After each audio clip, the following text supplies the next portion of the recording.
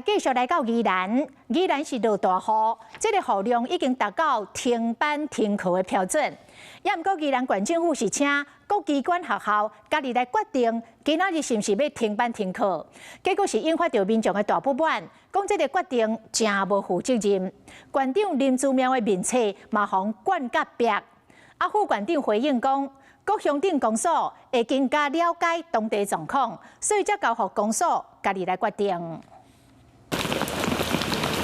雨落到真大港，囡仔赶咧上课，雨伞无骑，雨帽无穿，赶紧全部去教室内底。会知影学校门口有真侪家长举雨伞送囡仔上课，冇人骑车载囡仔，不过家长拢骂甲无力。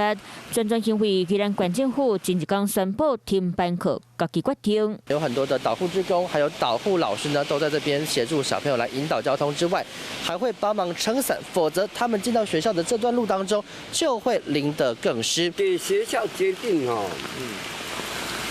联络不好联络。像学校自己来决定的话，可能会遇到什么样的问题？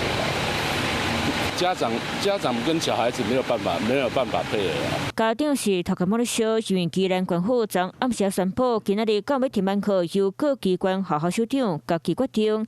广告一日出来，真侪网友请要来县长林姿妙面册留言，有人拜托县长放假，因为雨落真大，无人讲这根本是甲责任甩予地方中庭，骂讲敢讲出代志，县长要担。有网友有无共款的看法，讲雨也无落真大，要请假家己请，留言是引起真侪人论战。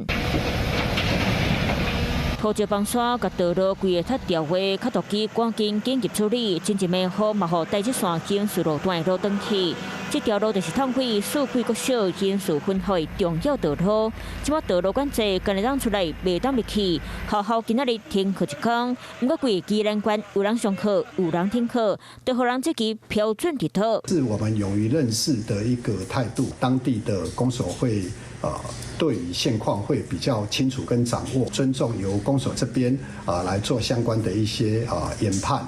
宜兰昨暝如果落雨量达到停班课标准，县府考量山顶平地状况无共款，宣布家己决定，想要互大家有春秋。不过毛民众拢不扫扫，希望县府后面宣布停班课标准，爱搁较统一明确。